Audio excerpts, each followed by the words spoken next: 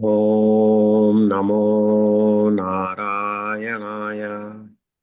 Om Namo Narayanaya. Om Namo Narayanaya. Om Namo Bhagavate Vasudevaya. Om Namo Bhagavate Vasudevaya. Om Namo Bhagavate Vasudevaya. Shantaakaram Bhujagashayanam Padmanabham Suresham Vishwadharam Gaganasadusham Meghavarnam Shubhangam Lakshmikantam Kamalanayanam Yogibhirdhyanagamyam Vande Vishnu Bhavabhayaharam Sarvalokaikanadham. Om Vishnu Vishnu Vishnu.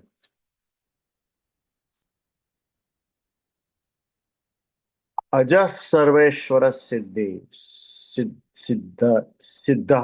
Siddhi Sarvadi Rachyuta. Ajay जिसका जन्म नहीं है, Sarveshwar, ultimate God, Swami of everybody, Siddhi, Siddha, one who has achieved through Siddhi, and Sarvadi, in the very beginning, Achyutam is unchanging. Next line is very fascinating. Vrushakapi Ame Atma. Vrusha means dharma. According to Adi Shankara, Shankaracharya's analysis of this is Vrusha Kapi. Kapi means monkey. You know, everybody knows Kapi means monkey. Now, this particular refers to a mighty monkey. And a mighty monkey, who is that mighty monkey? That's Varaha avatar. In Vishnu, one of the avatar is Varaha. So Vrushakapi is a Varaha avatar which restores dharma.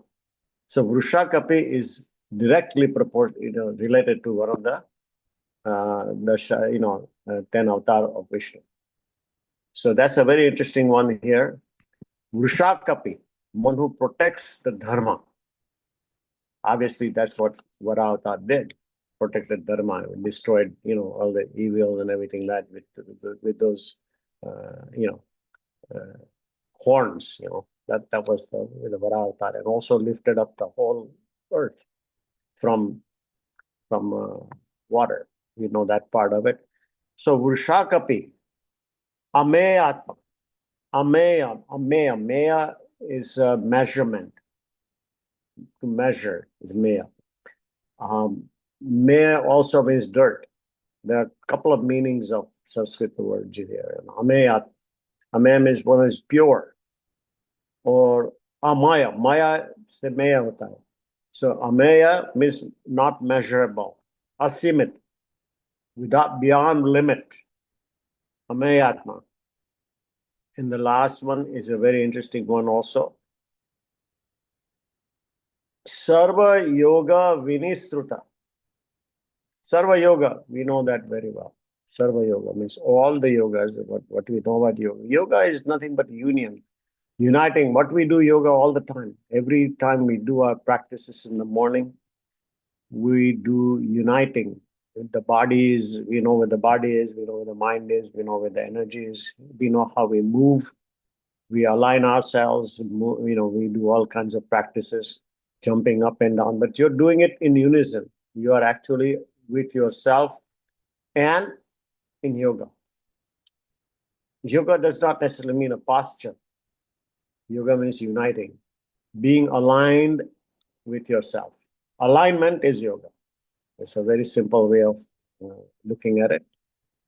Whenever you align yourself, if you are, say, a family is sitting down on a dinner, and one person is talking about what happened today in politics, second one is talking about sports, third one is talking about religion, fourth one is in his or her own world.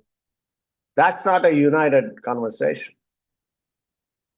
A united conversation means a person is talking something the other person is listening to the same thing. They're not listening to some other thing at the same time, or they're trying to answer what the guy is going to say. No, that's not yoga. Yoga means united, even in conversation.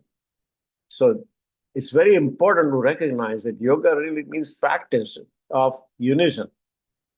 If I'm not paying attention to my wife, or my wife, whatever she's saying, I'm absolutely out of yoga, totally not. So understand the yoga really means a lot more than just, the same thing with eating, for example. If I'm eating something, a very delicious dish that is made by my wife, and I have a serial on, Hindi serial, maybe Tarak Mehta Ka Ulta Chashma, whatever that's on, and I'm watching. And she's asking me, so how does that taste? How is the vegetables that I cooked? I have no idea because I'm watching something else and I'm eating. That's not yoga. You are dissociated in your own indriya, in your own application. That's not yoga. So yoga practice is not what we do in the morning. No. Every single moment, are we with the present moment? So being in the present moment is yoga. Being in the present moment all the time is yoga. So we're defining this in a very different way right now. But Sarva Yoga, Sabhi Yoga, and all the various aspects of yoga are very important here. So Sarva Yoga, Vinishruta. Vinishruta is a very interesting one. Sruta means sar jata hai. It is coming out, oozing out. For example, if I'm cut, if I cut my radial artery, some people say, well, this is the way to commit suicide. You heard about that one. That happens a lot in some of these Hindi serials or whatever. I'm gonna cut my, and then the blood oozes out. Vinishruta. Vini is not vein actually, but it's an interesting thought I had. But it just oozes out. Srota. Srota means one that is flowing out. Srota is also used in let's say example stream. स्रोत इसका स्रोत क्या है? What's the मूल क्या है उसका? Where is it coming from? Where is it flowing from? So उसका स्रोत क्या है? So Vinishruta. Vini means coming out. Vini is a prefix that we use. So coming out from somewhere is Vinishruta. When you get out in the morning and get out of the car, you are a Vinishruta. we don't use that commonly, but I'm just being, explanatory here. He said that's called Vinishruta. So what's the importance of Vinishruta? Why are we talking about Vinishruta in terms of, and interestingly, I was looking at history and I'm looking at some of the words here. Vinishruta was used by in Valmiki Ramayana, for example. And it was a very bad, not bad, it's a connotation that he used it in terms of Mahabharata, when Mahabharata, Valmiki Ramayana, sorry, not Mahabharata, Valmiki Ramayana. When the warriors were killed, they were slashed in the belly. One of the things was slashing in the belly, and the intestines would come out. And when the intestines are coming out, that's when Valmiki uses the word Vinishruta. I was looking at the history where the Vinishruta was used, and I was surprised that Vinishruta means exuding out. And it can be exuding anything. It could be exuding, your emotions. It could be anything. So flowing out. Why are we using it here? When we ooze out, when something oozes out, what happens to the original? It gets empty. Your emptiness. And so the direction here, Shankara's definition here, Vinishruta means after all yoga is a unite, in unison. But then you empty it out to Shunya. Om Shunyamastu. We go to Shunyamastu, don't we? Because Purnamastu is full. But then, so the sequence that we do is Swasti-astu, Shanti-astu. Because it is Swasti, it is Shanti. Or because it is Shanti, it is Swasti. It's the other way around. Swasti is the first one.